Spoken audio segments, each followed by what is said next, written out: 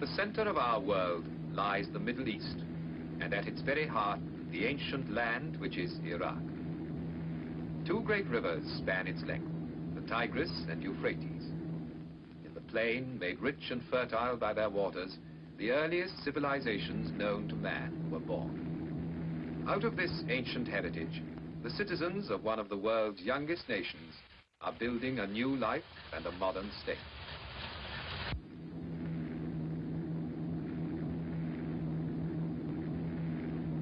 Ageless Iraq is no longer a remote, isolated country. Today, she is a main junction linking the East and West.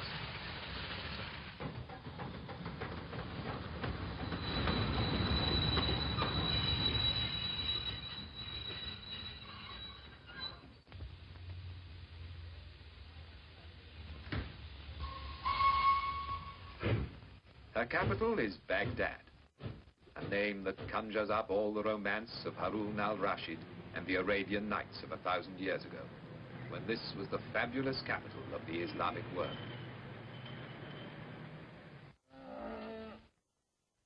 The tempo of an age-old way of life contrasts with the swifter rhythm of the new.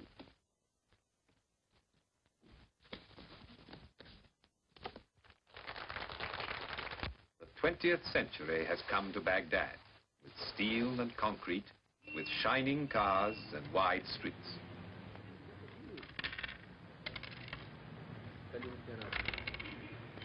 But the people of Iraq hold on to the best of their old traditions.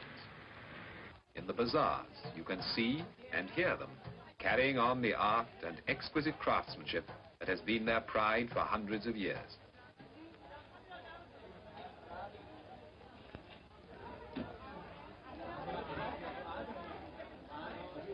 2,000 years before Christ, the world's first code of justice was laid down in the halls of Babylon. Today, in Baghdad, a modern police force upholds the laws of a sovereign state.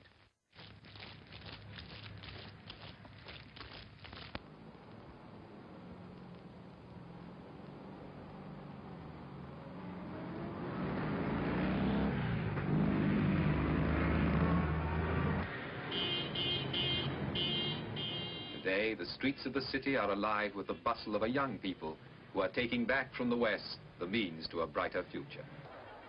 And in their enjoyment of sport, the same is true.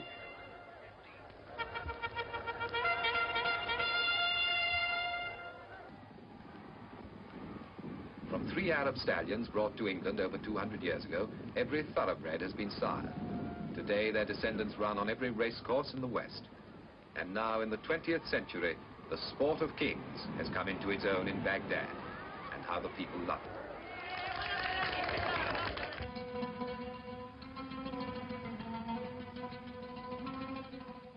For the people of Iraq, the waters of the two great rivers, Tigris and Euphrates, are indeed the waters of life.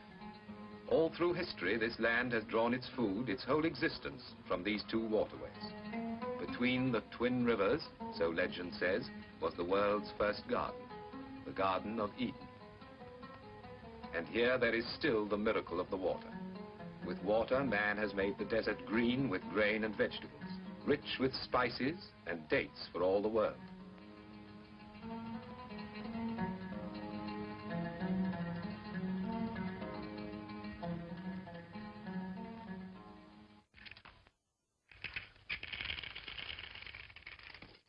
Without the water of the two great rivers, and without the skill that makes them serve the land, much of Iraq would be a desert.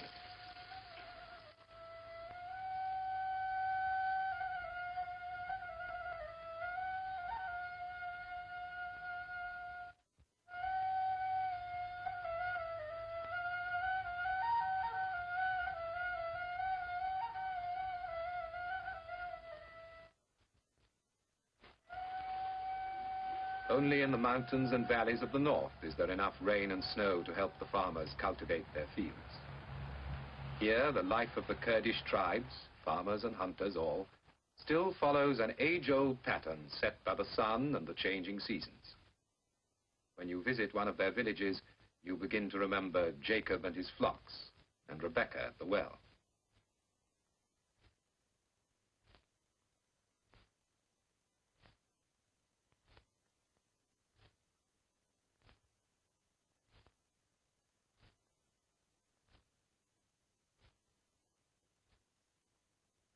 The men are already in the fields, tending the vines, watering the crops, as they have done from the time of Abraham, pausing only to offer a prayer to God for his goodness.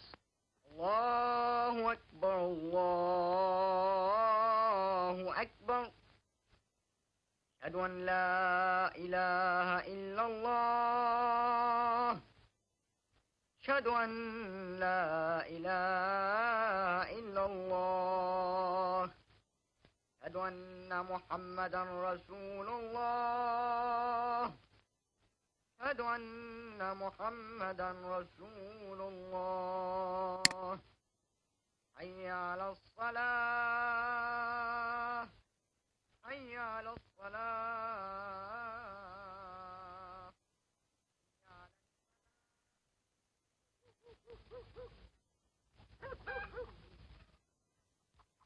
In Iraq, as in every land, the housewife's work is never done.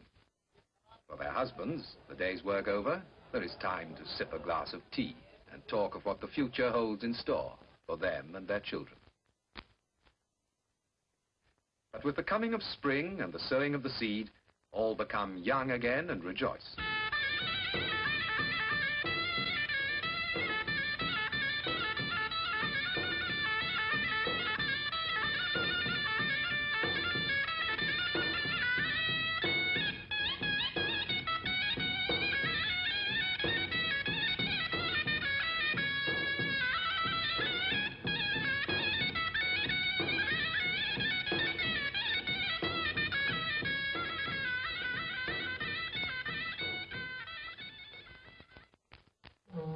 From the cool mountains of the north, where the waters rise, down across the central plains to the burning heat of the Persian Gulf, where the twin rivers join in the Shatt el-Arab.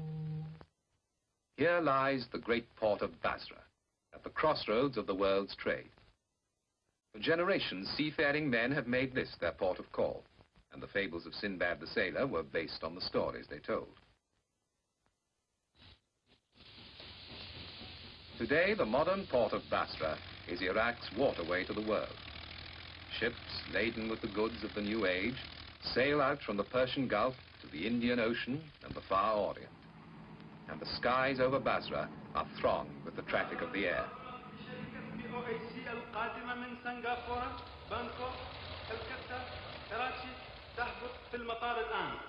Now I have your attention, please.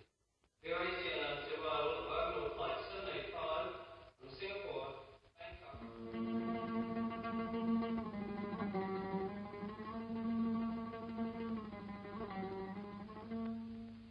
And yet, within a few minutes flying time of Basra is a strangely different world. You're back in another age. Here, amid lakes and marshes, water has created a way of life all its own.